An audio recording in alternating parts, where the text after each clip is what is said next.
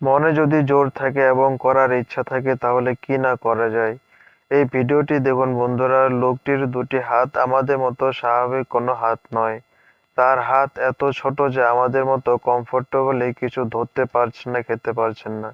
কিন্তু লোকটার মনের শক্তি থাকায় এবং করার ইচ্ছা থাকায় লোকটিকে দেখুন, লোকটি অনায়াসে খাবারগুলো হাতে নিচ্ছেন এবং সেগুলি খেয়ে ফেলছেন। এই খাবারটা দেখুন, পেপারগুলো সে তার হাত দিয়েই খুলে সেটিকে আবার এইভাবে খাওয়ার চেষ্টা করছেন এবং খাচ্ছেন।